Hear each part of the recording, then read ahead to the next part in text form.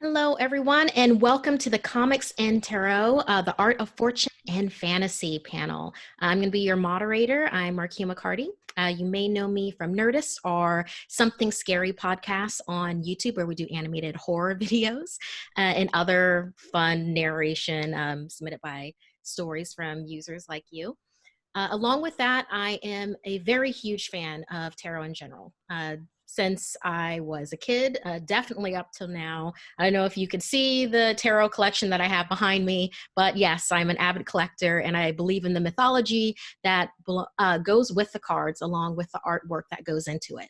So for today's panel, we have an incredible selection of artists from all walks of life. And I'm very excited for this panel to just be able to talk about things behind the tarot and comics in general, creative inspirations. So to introduce our panel, we have Becky Cloonan. You may know her from, a number of DC properties, including Gotham Academy, Batman, and the such, and has the Oracle cards coming out with Mystery School Comics group that's coming out soon, correct, Becky? Actually, we just released it on Monday, and I just put in like a reorder for it. So it's very like DIY kind of self-printing it. So I'm like constantly mismanaging my numbers. So I yeah. think it's wonderful. Can you give us like just a short synopsis of what your Oracle deck is all about? Yeah, the Oracle deck is a little different from tarot. So it's not based on, the major and minor arcana. And it's all kind of like a little more freeform. It's based on characters from my book by Chance or Providence, which sounds very like self-indulgent, and it definitely was. But it's like a labor of love kind of thing, and the cards are based on like cautionary tales kind of, and folklore. So yeah, it's a little different from a tarot deck. So Right. It's the King story, right? A follow up to your tale, The Wolves. yeah. So I used the characters from King's Story, from Wolves, from Demeter, from the Myers. So it's like all my self-published short stories. And I just really like my characters. So I, wanted to just live with them a little more and like spend more time with them. And this was a good way to do that. Excellent. We also have Trung. He is a very accomplished artist, and I spent a lot of time on your Deviant art, actually. I loved how you had Sailor Moon as the moon, which just makes and such a large amount of sense. And you have your debut novel coming up, The Magic Fish. And then along with that, we have the Star Spinner Tarot that I particularly enjoy because of the inclusive variety of the lovers cards. Can you tell us a little bit more about your tarot deck? Sure. Yeah, the Star Spinner Tarot deck was published in March, and it was a project that I'd been working on since I graduated from school. I didn't go to art school, and so I thought that maybe doing a tarot deck would be a really good exercise in trying to figure out like what my illustration style is. And so you can sort of see the arc of my artistic progression from when I started the deck to when I ended up publishing it. So it's been many years in the making, and I'm really proud of the work that I'm doing. And it was kind of a focus, I focused a lot on kind of doing a little bit of research onto the history of tarot and what esoterica kind of means within a contemporary context, and how we can sort of reappropriate some of the symbolism that might be a little bit inaccessible to make it an experience that you can share with a lot more people. I very much felt taken care of while I was looking through the different tarot cards in it. So yeah, you definitely felt the love with that. And then we have Abigail Larson, who you have definitely run into her art in a number of different places, everywhere from like Skydance to different kind of media, also different mediums, of course, like with Court of the Dead, Dark Harvest. You have that you've worked for, of course, The Dreaming, with the Neil Gaiman property. And then along with that, the tarot, the Dark Wood Tarot, which really is a good deck for investigating the shadow side of things and also a fairy tale format. Can you tell us some more about your tarot deck? Yeah, exactly. So the Darkwood Tarot was, I didn't actually write this. This was a collaboration with Sasha Graham, who, I mean, her story for this was amazing. It's a really interesting, I've never worked with shadow decks before. I'm not the biggest tarot person. Like I know the Rider-Waite tarot deck, and that was about the extent of my knowledge, very like traditional, basic understanding of tarot. But I love, I mean, for years I've loved the artwork for it. I always thought it was so interesting how every card has so much meaning packed into all the small details in every card. And that's something I was really interested in exploring. So with the Darkwood Tarot, when Llewellyn approached me about this deck, I was just immediately sold with the whole fairy tale dark aesthetic of this. And Sasha's world that she built for this deck was just really interesting and such a different approach from what I was used to. And I mean, shadow work is not something, I mean, I've had a few people sort of think, is this like a dark, tarot? Is it dark magic? Or, I don't want it to be misconstrued as that, because shadow work is more about looking at the interpretations as not at face value, but as more repressed emotions, or maybe the darker side of things, but it is not a reflection. It's not a mirror image of you or your what it is that you're focusing on when you're reading it. You're doing your reading, but more of what's behind you. What's maybe lurking that is darker that you don't usually address. And I think that's really interesting for exploring this in a tarot deck. So that's what that is. And yesterday, the Nightmare Before Christmas tarot deck came out, which was a fun collaboration with Inside Editions and Disney and Tim Burton. That was very cool. But so that one was very straightforward. Disney was very specific about things they wanted in the deck and things that they do not want in the deck. So I had to kind of play by their rules, and that was a little more straightforward, but still really, really fun to work on a property like that. I mean, I'm a lifelong Tim Burton fan, and Nightmare Before Christmas is one of my favorite movies ever. So it was a really cool project. Yeah, I particularly enjoy it because, Nightmare Before Christmas, you can definitely watch, anytime during the year, but Yes. most definitely, during October, and then once again, in December. And it just rolls right into, yeah. Exactly. When I was looking up the deck itself, and I saw that they had Jack Skellington as the Fool card, and I was like, oh, that's perfect. It's like, that's, hit the nail on the head with it. It worked out, especially like with Zero trailing behind him. Like in the original card, you have the dog following the Fool. I was like, oh, it's perfect. Jack and his little dog. Yeah. Oh, Zero's such a sweetheart. Yes. So it seems like we each have our own journeys that have taken us to tarot. I keep on saying that, interestingly, tarot. So like for me personally, my journey began in a yard sale, finding my first tarot deck for like a quarter. And it ended up being, now I know it's like a hard to find tarot deck. I actually found it. How do you see with this? It's like, it's French. I don't know French. So I have, when I found this in high school, I basically just found a way to interpret it in my own way with it. And these are like out of print right now. And I know that they look pristine, but I literally take such good care of my cards. It is absolutely ridiculous. And then from there on out, I just kept on going with like intuitive reads with different cards. I love abstract and everything like that. So how about each of your journeys to tarot in general? I mean, it's a very strong choice to go from comics or from board games or whatnot, and then be like, I know I am doing this tarot deck. So opening that up. Perhaps Trung, could we start with you? Okay, sure. I started doing tarot illustrations because I was commissioned to do the Ten of Cups for a group show at the Light Gray Art Lab in Minneapolis back in 2013, 2014, somewhere around then. But it really sparked an interest in tarot as a narrative device for me, because I hadn't really, like, I had sort of dabbled in tarot like a lot of people do in high school, and then you get busy and then your life moves on and you don't really dig any deeper. And then I found myself with a little bit more time, and so I got to spend a lot more time kind of like delving through the iconography of the cards. And I was really interested in like the history of images and what that looks like across time, and why the Rider-Waite-Smith deck is so popular now. And so I did a lot of digging, and I kind of got fascinated with the notion of telling fortunes and like actually reading tarot cards for other people. And so as I started doing more illustrations, I decided that I really wanted to be able to be a tarot reader as well, because, you know, why, I have all this like information that I've been doing to research the images, I might as well be able to read them for other people.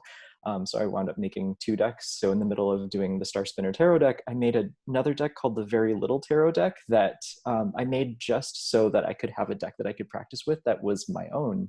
And so there are 2 kind of different angles with the decks, and I wanted to fully illustrate the Star Spinner deck the way that the Rider-Waite-Smith deck was illustrated, and the Very Little deck was kind of made around the notion of pip cards, and so you could like have a playing card deck and just read fortunes that way as well. And I just really liked the idea that telling or reading someone's cards is sort of like that entry point for how people exercise empathy by reading fiction, because it is just a way to kind of tie together all of the pieces of your life that you already know. So you're not really, you know, telling someone's future or telling anybody any secrets about their lives. You're giving them a vehicle by which to facilitate a conversation about their own lives and how they can connect certain disparate pieces of their lives, their finances, their love lives, their creativity, and, you know, their decision making. So all of those things kind of getting tied together really helped me stay invested in tarot. I loved that syncretic approach to things.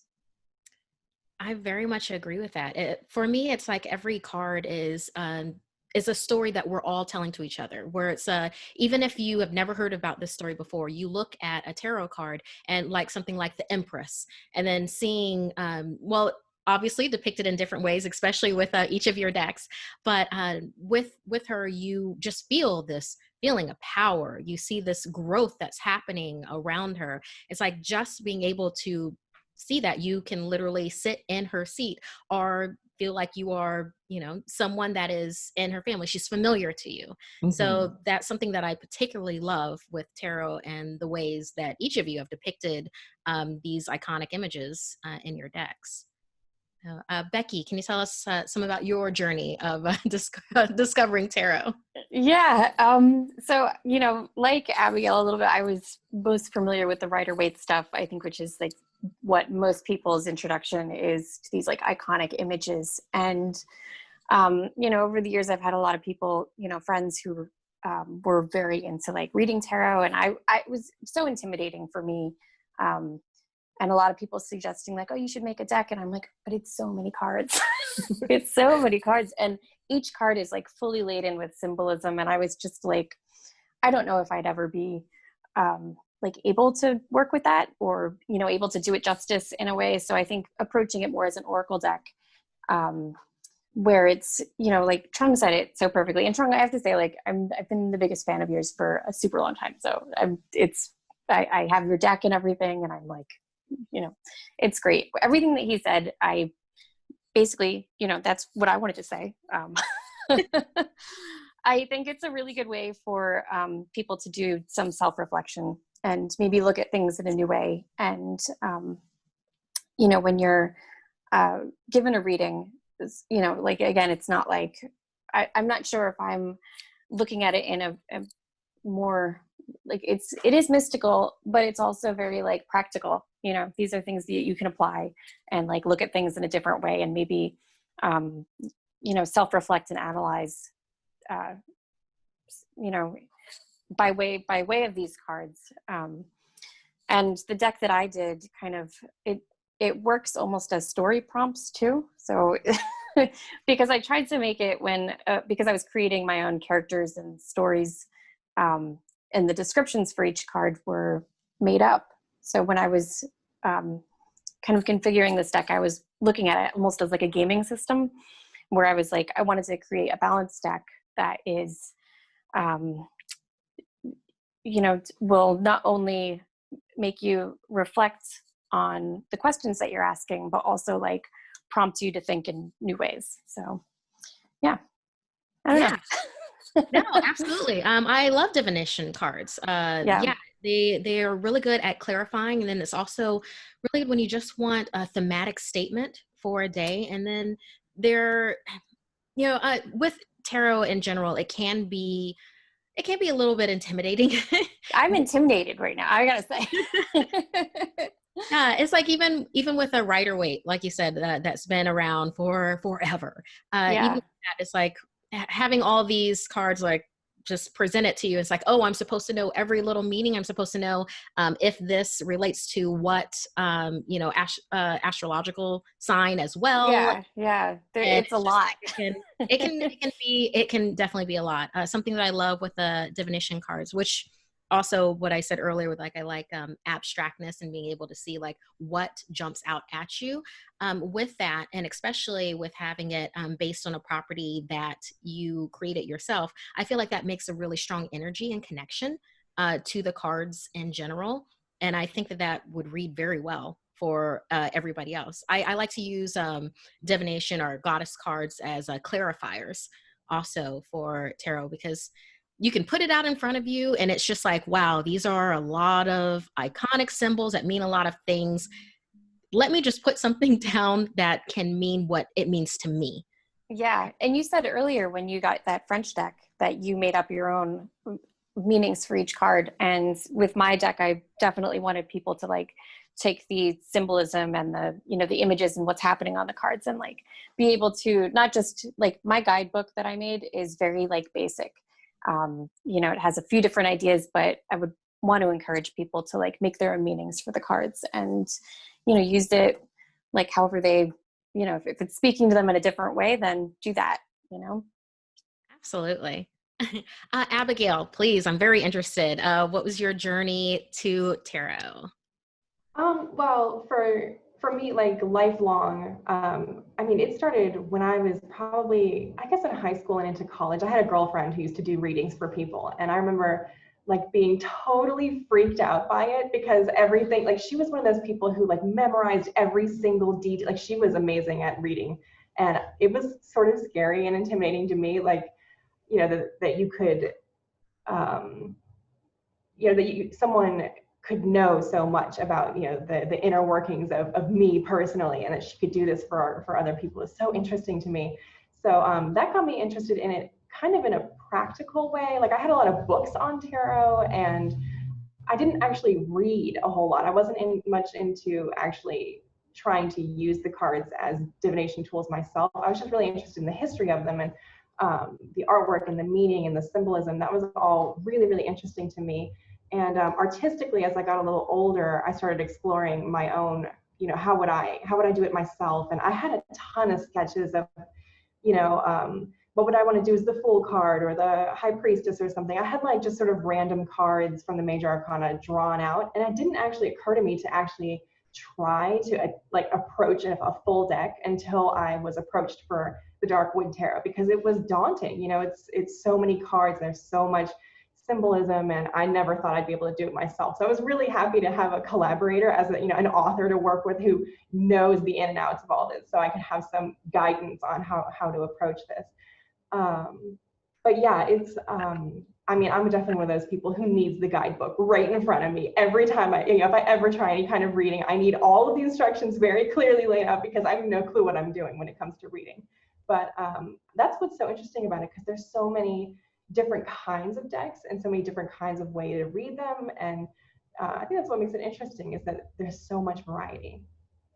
Yeah. Oh, yeah. All of y'all just keep on hitting the nail on the head with it, with just like in general, like what tarot can inspire within us. Something that kept on coming up with each person that I want to address is the way of using tarot cards as inspiration, like using it as story prompts, using that as, drawing prompts and everything like that. Can we talk a little bit about if there have been any tarot cards that have inspired you with your own work in like other creative fields, or have your own cards inspired you in some way in other fields? Like for me, for instance, when I need some inspiration for just trying to find a certain angle when I'm story editing a horror story, to just be like, this story just isn't breaking for me. I will literally shuffle. Well, it depends on the things. Sometimes I use my my hero's journey cards, which are the most abstract divination cards that I've ever found, for instance, to just shuffle through and pull something out to then just be inspired from that.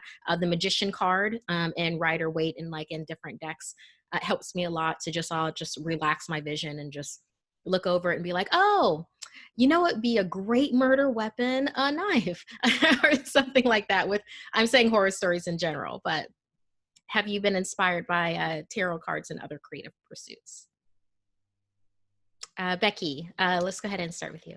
Yeah. I get afraid to speak because I'm like, someone else is going to say something and then I'm going to talk over them. Y'all talk.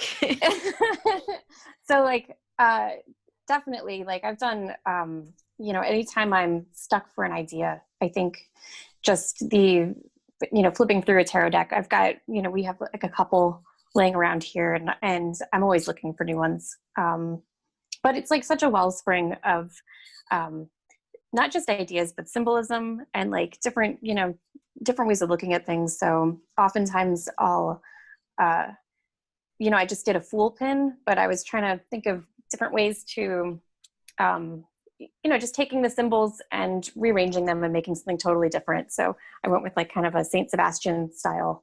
I wish I had it in front of me. I don't. But it's like, you know, just trying to reimagine what's already been so established. Because oftentimes when, you know, you think of these cards, you already have like the image in your head of like what everyone's done before. So it's the challenge of trying to take that and make it into something new and something, but also that like, you know, is very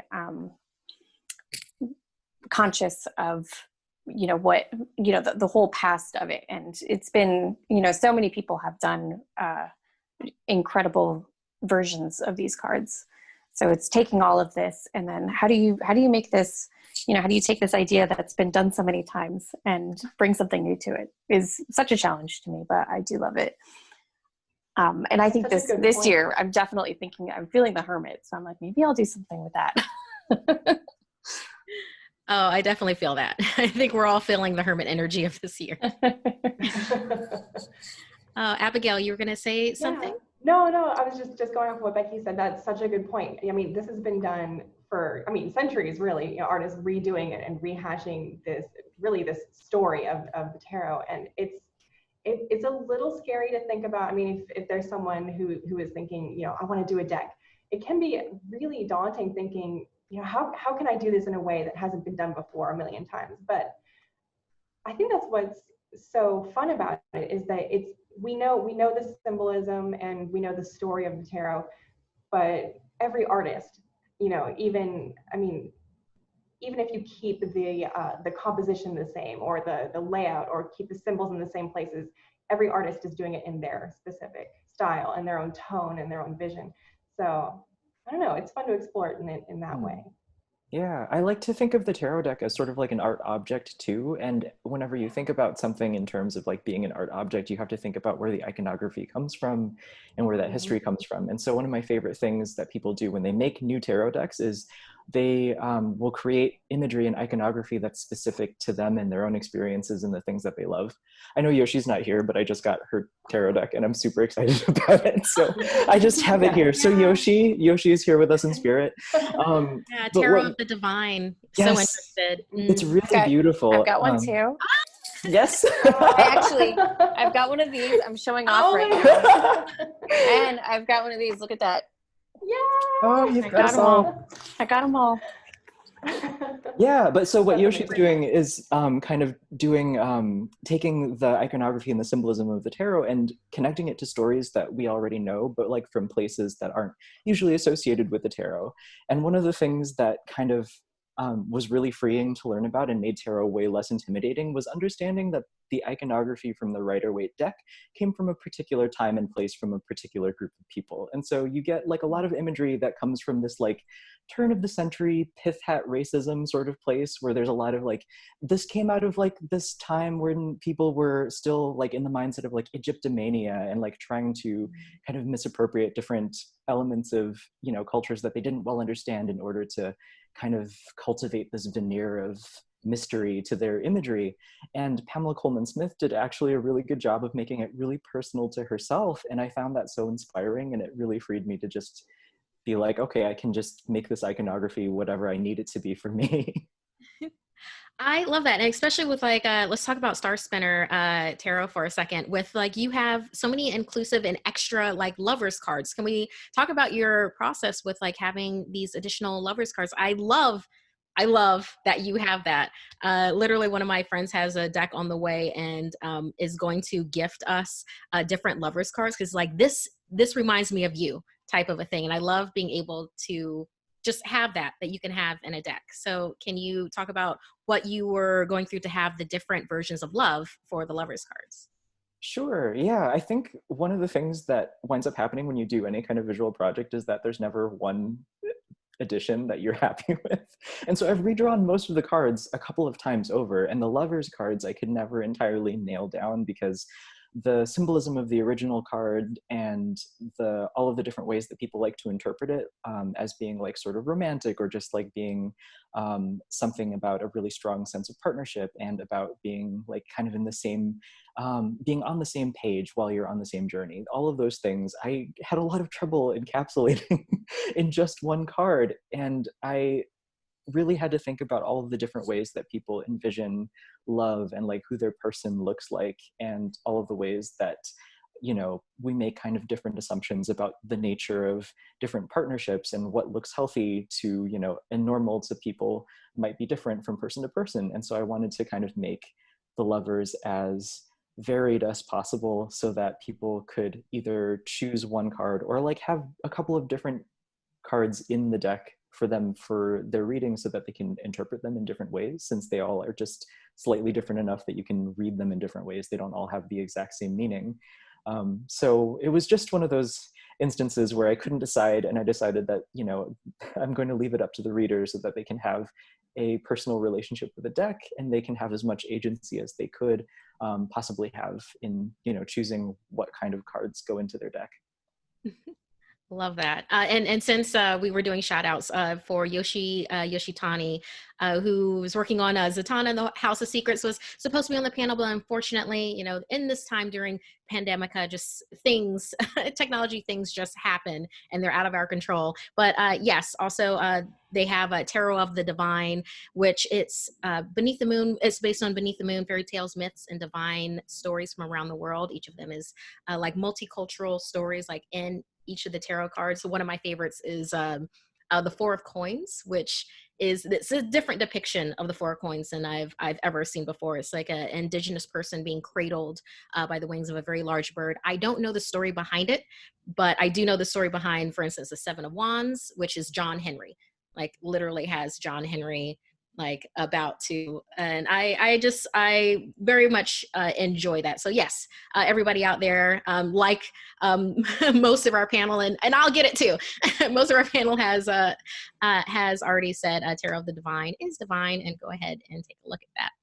So something else that has come up during our conversation that I just really wanted to wonder about is, because each of you have taken this journey from different stances of discovering tarot and then also drawing your own version of it. I just want to know what really surprised you when you were going on this journey with yourselves, you know, and I like when you were going on this, was there something that just completely jumped out at you that you were like, wow, where did that come from? Abigail, wanna... That's a tough question. The whole deck was like that for me. Every card I got. Now I had prompts for each card, so I knew which direction generally it was supposed to go. But I mean, just physically making it, and I did have a lot of creative input into some of the details for the cards. So I did have to sort of play around with every single one and all the characters in each card. But I mean, the whole thing as a journey was a huge undertaking. And I mean, specific cards, like for some reason, I think because it was the first set that I worked on, but the wands was my first, like we jumped into the wands first. And that one was, I think it was just such a learning experience on how quickly should I, be doing this? How many sketches for each card should I do? And then, of course, all the details, all the symbols, right down to like if a character had facial hair or long hair, or what kind of dress they're wearing, or like all these things. So it just was I don't know, just an interesting way for me as an artist to figure out how am I going to convey all of these messages, encapsulate them into one single card, and then as a cohesive suit, and then as a larger, as the full tarot deck, to make sure that they all kind of fit together. So I don't know, there wasn't one specific card or area like that, but the whole thing as chopped up into pieces and then put together at the end was a huge undertaking. Yeah, it sounds like I was having to go from little picture while also keeping the big picture in mind. Exactly. Like the overall Exactly. project, Right. magic's in the details type of a deal. Mm-hmm. Oh, for sure. Yeah. Becky? Yeah, for me, when I did this deck, I was really, when I did every card, I was trying hard to make it very varied. So I had characters, I had places, I had items, and I had, events that had happened in my book. So it was very much, like I said earlier, it feels a little self-indulgent because it's all like based on my OCs and everything. But I tried to make it so that if you're not familiar with the comics, the stories of the characters, they're all very easy to immerse yourself in as ideas.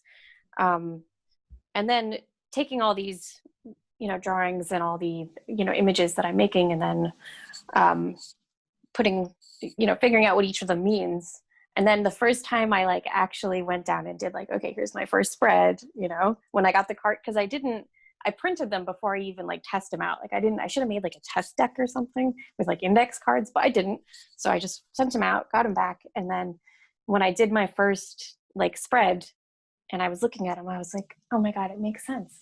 It worked, my system worked. That was the most surprising thing about it, was creating this thing from the ground up without really knowing, just having faith in the ideas are strong and the symbolism is there. And, no matter how you look at it, I mean, sometimes some cards will throw you for a loop, but I think that's just them being a little coy,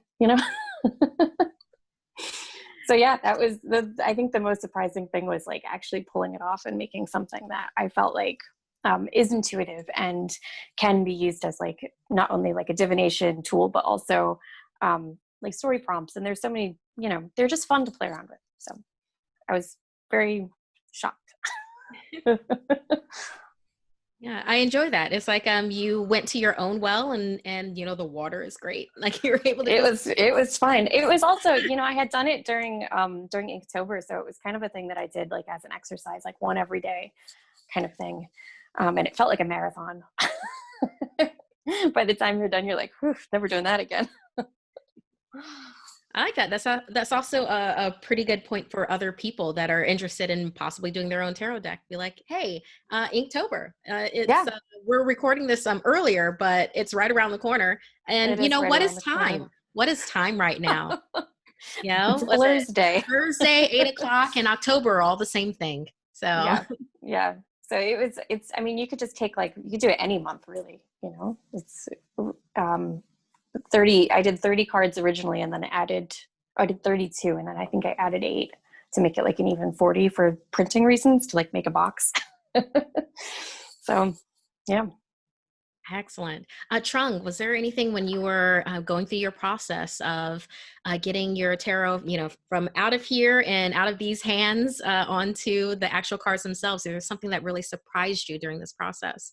Um, well, I think the process of doing the tarot deck really taught me everything because I did it like sort of as a placeholder for, art school. And so I learned a lot about the creative process. And so I started so I did the 10 of Cups and I was like, this is really cool. I'm going to draw my own deck. And then I started by doing all of the majors first, because oftentimes people will draw the 22 major arcana and then they can like print that and sell that individually. And you can certainly do readings with just the major arcana as well in a limited capacity. And so that made sense to me, like just do the major arcana. And then I decided, okay, I actually want to do the entire deck. And what I didn't realize is that like you can't privilege the major arcana over the suits because they're all very, very dense. And so what I had done was I'd front loaded this very large project with the really hard part. And then like I discovered that the rest of them are just as difficult to do. So I learned how to develop better habits and pace myself in terms of long-term creation.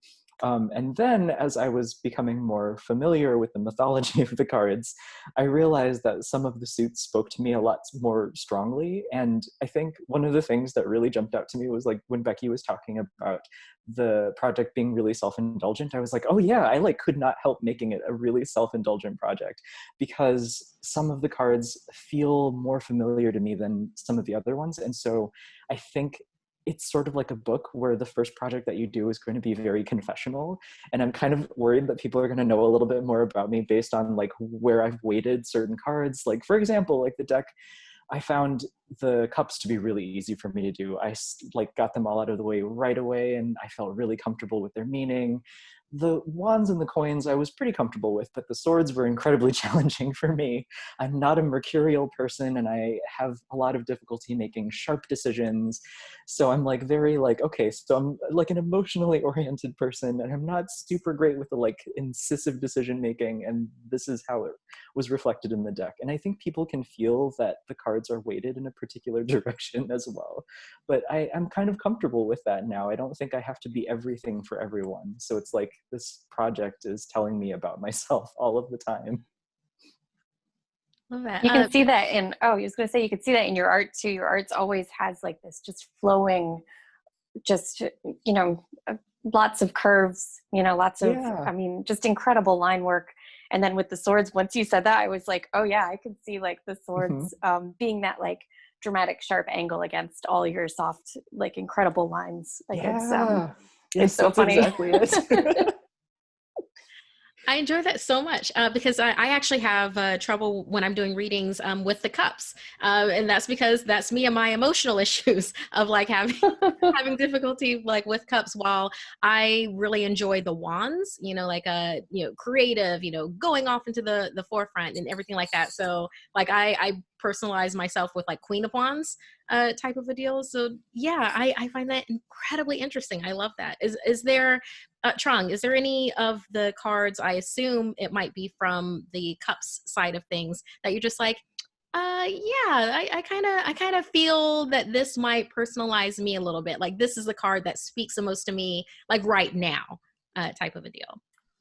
Ooh, right now, I think the card that tends to speak to me the most is the Four of Cups. Anything that has to do so anything that has to do with like, okay, I'm trying to center a little bit of stability right now. There's a lot going on, and like what in my relationships makes me feel like most centered. And so the four is kind of one that a lot of people seem to overlook, but I like the fours quite a lot because the fives tend to be a little like spicy across each of the suits.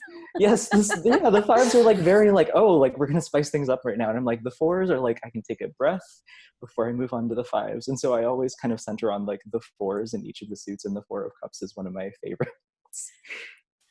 I love that. How about anybody else? If you have a card that just kind of like speaks to you right now. I like the Two of Swords a lot, just of, balance. And it's just, I don't know, it's such a strong image. And I don't know, I've always liked that card. And I think not just like by the meaning of it, but just the look of it, and the traditional like Rider-Waite one, the one that I was talking about. But I feel like I need more of that in my life. You're constantly like trying to find that balance, trying to find like, Yeah. It's like the decision. It's like you have these equal paths to go down, and it's like, which are you going to choose? Choose your own adventure type of deal. But and like neither of them are wrong. They're just different paths, Yeah. Oh, I love that. Abigail, is there any kind of card that is speaking to you right now, or that like Um, jumped out at you? I mean, right now, I mean, we already said it earlier, but the Hermit card feels Mhm. so. I'm feeling like this whole. I mean, past 6 months has just been. I mean, maybe it's because it's the cover of my deck and I've seen it so often, but it's also like, I mean, that was one of my favorite cards to illustrate, and that's a card I definitely, definitely love and feel a lot of connection to. But I don't know, there's a lot.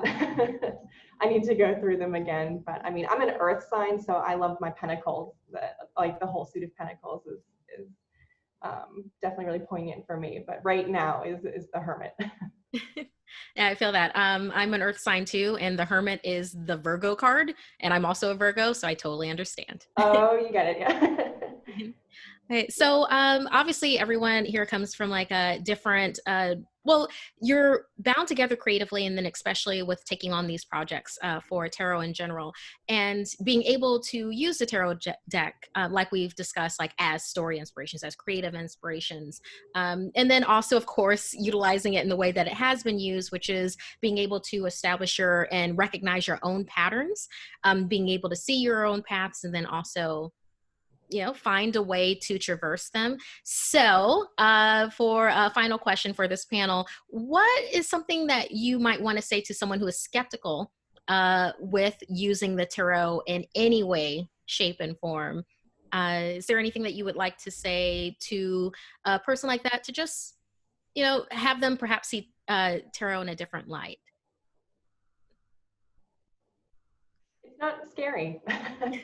It's not witchcraft. It's not satanic. It's not, like, I've heard so many things about why the tarot is, I don't know, cast in a bad light, I guess. But it doesn't have to be something that's scary. And also, I think a lot of people who know what it is treat it as gospel. Like they'll take a reading really literally and really put all this weight into it, when really, I mean, you can relax. There's so many interpretations. You can read these cards so many different ways. But yeah, I mean, from my perspective, I don't want anyone to feel like it's scary. It doesn't have to be something that is, you don't have to be intimidated by it because it's mystical or frightening, or it's witchcraft or something like that. I mean, I guess it has a lot of connotations because of media, its portrayal in movies and shows and stuff like that. But once you read about it and understand it, it's more interesting than anything else. Yeah, I always like to think of it more as a way to reflect on yourself. And, situations that you're having a tough time with, or maybe that you haven't even thought of that, have been difficult. Sometimes looking at a card or getting a reading will make you kind of analyze things in a different way. And I think any kind of self-reflection is important, just to not only understand like the decisions that, like the pattern that you're in, the decision that you're making and like why you're making them, and thinking more about that. And then I think reading it for other people, like Trung was saying before, it was like, it's very, it's empathetic, you get to ask questions about people and get to know them. So there's beyond like the mystic, if people are cynical of that and aren't into it, they're like, oh, I don't like tarot because, I don't believe in astrology, blah, blah, blah. It's like, well, that's fine. You can believe whatever you want, but the cards are not only fun to look at, but they can tell you about things if you're looking for it and if you listen to it. And it's really just yourself, it's like a little, like a mini therapy session or something. When I was putting these up online, I did like a little Instagram thing where I was having people ask questions, and I would pull one card and kind of say something. And I was surprised at the serious questions that I got, but then I was also surprised at, I was trying not to do it, incredibly seriously, but a lot of people contacted me afterwards and said like, oh, these answers really helped. Like, I was having a difficult decision, and this kind of like put a little clarity. I think if you're asking the cards a question, you might often know what the answer is, but you just need a little affirmation or to, sit down and think about it for a minute. Yeah, that's what I think. I just want to echo what everyone else said as well. Like, the cards are actually very accessible. There's not a big, scary, secretive thing about it.